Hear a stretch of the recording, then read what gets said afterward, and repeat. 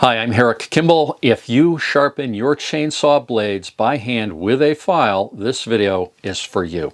I'm going to show you a clamp that I made for here on my workbench in my shop.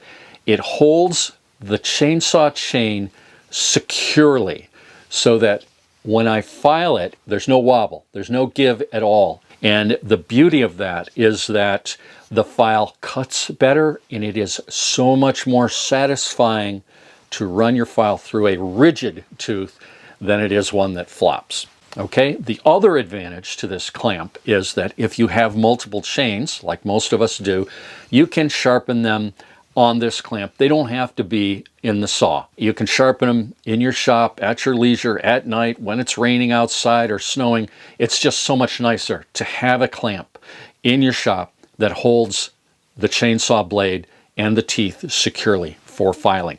Now, I want to give you a little bit of background.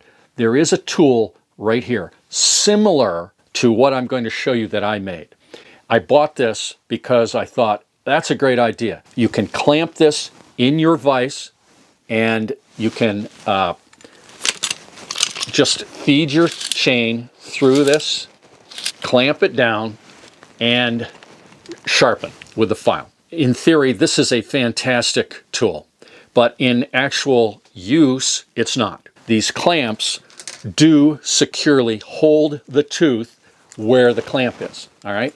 They hold it securely here, they hold it securely here.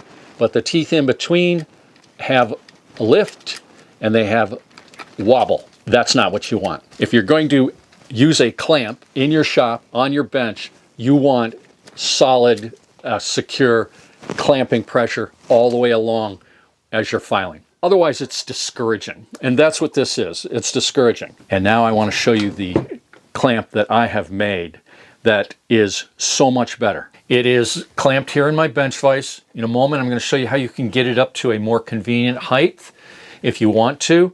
It is made with 2.5 inch by 12.5 inch aluminum bar stock, 2 pieces, and there is a spacer in between them. And at the end of this video, I'm going to show you a series of photographs that will illustrate how I made this. And if you want exact specifications, I have a free PDF. For now, let me just explain that it is made to sharpen 4 teeth at a time, and I can position the teeth directly over these bolts that I will be tightening up. Okay, so this tooth, this tooth, this tooth, this tooth, those are in position, and I tighten them with a nut driver, and on the back side I have a knob like this. So I can hold the knob and just give it a tighten. Give it a twist, I should say. All right? And that will do it. Those are tight. No wobble at all. I could use a little ratchet like this to do the same thing, of course. Those teeth are ready for sharpening. And I can... Here, listen to that. Can you hear how nicely that's cutting?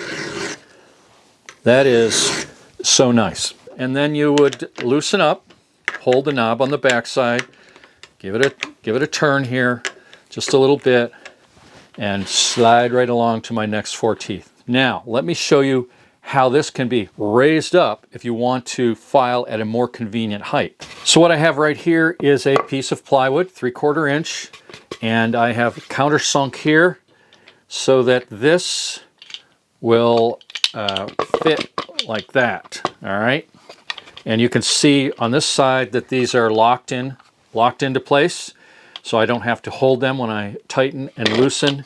Okay, so to hold this on there, I'm going to use a longer bolt, okay? Got a washer on there for the plywood, okay? That's gonna go in there like that. I could use a lock washer under the nut here, but I'm not going to bother with that. Okay. Then we'll get it about level right there. And we'll grab our chain. Here we go. So now I'm up at chest height or higher. Let's just put it that way, higher. And of course, I would want to get my teeth over the nuts right here. The bolts, I should say. And just give it a little tighten. And would be good. Yeah, so satisfying to have those rock solid. And we can do our filing. And now let me show you a series of photographs of how I made this. The aluminum pieces I used to make my clamp came from this bucket in my old chicken house, which is to say I used something I already had. I pulled these two pieces of 3/16 by 2.5 inch flat stock out of the bucket. I'm pretty sure 1/8 inch aluminum would work and probably be better than the 3/16 inch because it would flex more easily when tightening the bolts under each tooth. With 1/8 inch thick metal, it might be possible to simply turn the black plastic tri-knobs hand tight instead of using the nut driver. Here you can see that I used some double-sided tape to fasten the two pieces together for machining and drilling. This picture shows how I derived the distance of 3 inches between the bolts under the teeth. So maximum clamping pressure is directly under each tooth being sharpened. Here you can see that I have marked and center punched all the bolt holes.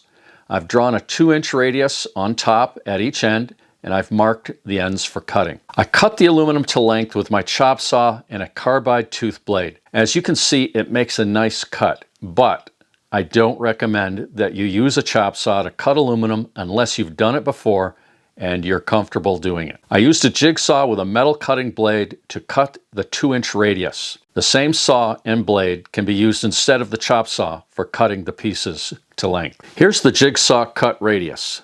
Notice that I cut outside the line just a bit. I smoothed up the cut using my inexpensive little Harbor Freight belt sander. I love this tool. If I didn't have that sander, I would just use a coarse file to shape and smooth the radius. Here you can see what a nice job the sander did. Here I've used a 1/4 inch drill bit to make all the holes. After drilling the holes, I took the two pieces apart. They were really stuck together. I used some acetone to soften the double-sided tape and clean off the tape residue. Getting the halves apart and cleaning the tape off was the hardest part of this little project. With the two halves apart and cleaned up, I rounded over the outside edges like you can see here. I did not round over the inside edges on either side of the chain slot. A file will do the rounding just fine. But I use this router bit here. I have used this router bit to round over hundreds of 3/16 inch thick whiz-bang chicken plucker feather plates in past years. And here's a whiz-bang chicken plucker. This picture shows how I made a custom spacer. I layered duct tape until I had the thickness that was ideal.